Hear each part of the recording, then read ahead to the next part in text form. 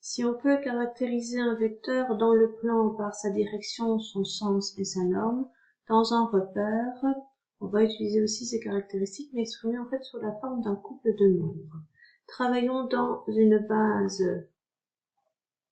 quelconque IJ, sur laquelle je crée mon repère. Donc à cette base, j'ajoute un objet de référence qu'on appelle origine du repère. Je forme donc mon repère qui est un triplet O, I, J. Le voici, dessiné. Je prends un repère quelconque, sans prendre nécessairement une direction orthogonale entre mes vecteurs I et J. Dans ce repère, je viens représenter un vecteur que je vais nommer V. Eh bien, ce vecteur V, nous avons vu précédemment que nous pouvions l'écrire comme une combinaison linéaire des vecteurs I et J de la base.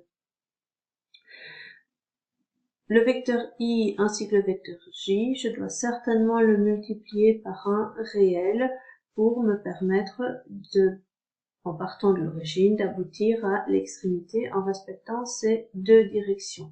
Comment y arriver? Eh bien, je vais, à partir de l'origine, tracer la direction du vecteur I, à partir de l'extrémité, tracer la direction du vecteur J, voilà, et pour partir de l'origine vers l'extrémité, voici le chemin en rouge que je dois faire.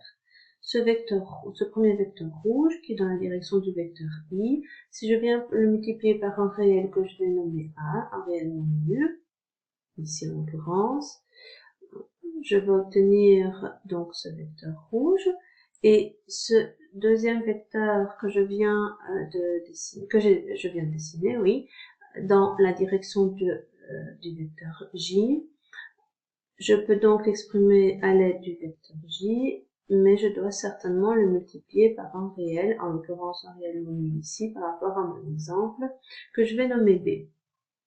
Et donc le vecteur I et J doivent être l'un et l'autre multipliés par un réel A et B. Eh bien, ces réels A et B sont ce qu'on appelle les composantes du vecteur V. Dans un repère, un point est caractérisé par un couple de nombres qu'on appelle abscisse et ordonnées, qui sont les coordonnées. Par contre, pour un vecteur, eh bien, nous avons exactement quelque chose d'analogue et nous appelons ce couple de nombres le couple de composantes.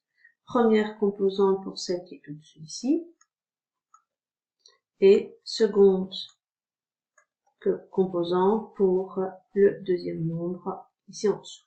Alors pour distinguer le couple de composantes d'un vecteur du couple de coordonnées d'un point, on met en général verticalement les composantes, on note verticalement les composantes d'un vecteur.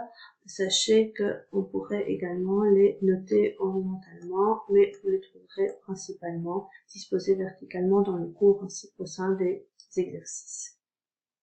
Alors, comment faire maintenant pour pour calculer ces composantes? Si vous regardez, si je viens projeter mon point origine sur l'axe des abscisses, mon point extrémité sur l'axe des abscisses, eh bien, le réel A correspond exactement à l'écartement qu'il y a entre ces deux points.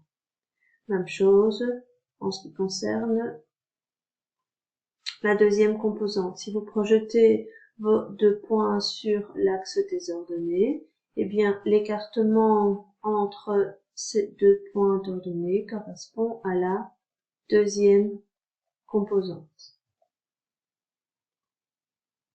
Alors, comment calculer ces composantes?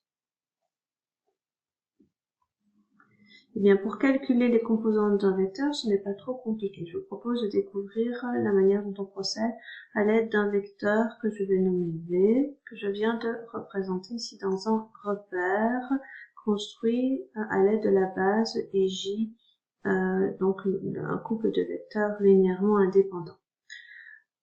J'ai identifié l'origine et l'extrémité du vecteur V, donc j'ai nommé A l'origine, B l'extrémité de ce vecteur V.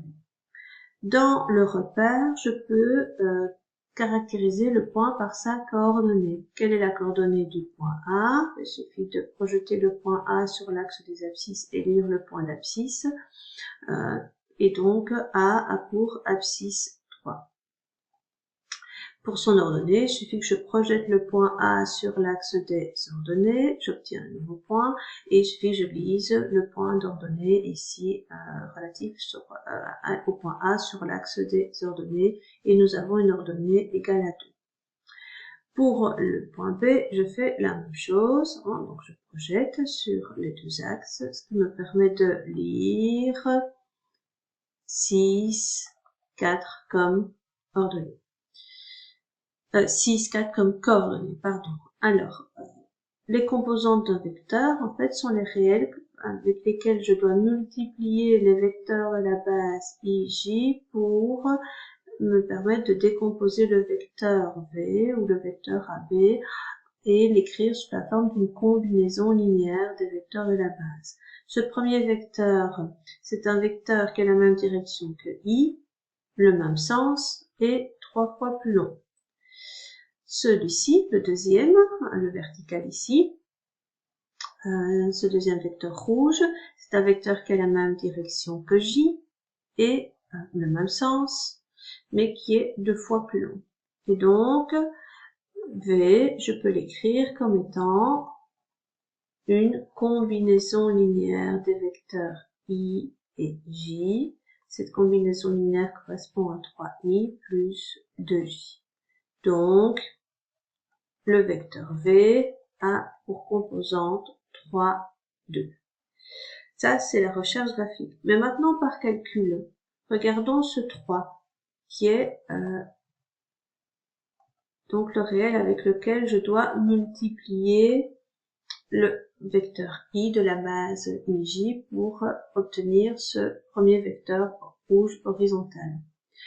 Je vous ai dit qu'il correspondait en fait, le réel A, que j'ai exprimé comme étant la première composante, à l'écartement entre les deux abscisses des points A et B. L'abscisse du point A, c'est 3, l'abscisse du point B, c'est 6. Cet écartement, comment le calcule-t-on? Eh bien, en prenant l'extrémité et en lui enlevant l'origine, ce qui me donne 3, qui correspond bien à la première composante de mon vecteur V.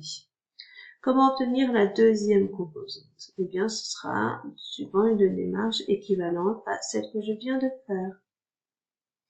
Le réel B que j'ai exposé comme étant la deuxième composante correspondait à l'écartement, correspond à l'écartement entre les ordonnées des deux points constituant l'origine et l'extrémité de votre vecteur dont on cherche la deuxième composante. Nous avions identifié 2 comme réel B en écrivant une combinaison linéaire du vecteur V à l'aide de la base IJ. Eh bien, effectivement, si 2 était l'ordonnée de l'origine, 4 l'ordonnée de l'extrémité, si vous faites le calcul de l'écartement entre ces deux valeurs, entre ces deux ordonnées, vous obtenez 2, ce qui correspond bien à la deuxième composante. Et donc, comment fait-on pour calculer les composantes d'un vecteur?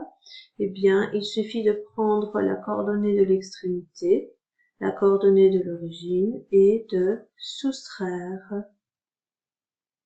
ces deux valeurs. Et vous procédez d'abord entre les abscisses et puis ensuite les ordonnées pour identifier correctement vos différentes composantes. Tout d'abord, on donne la première composante, on fait l'extrémité moins l'origine. Ensuite, la deuxième composante, extrémité moins origine. Voilà. Allons-y pour quelques exercices.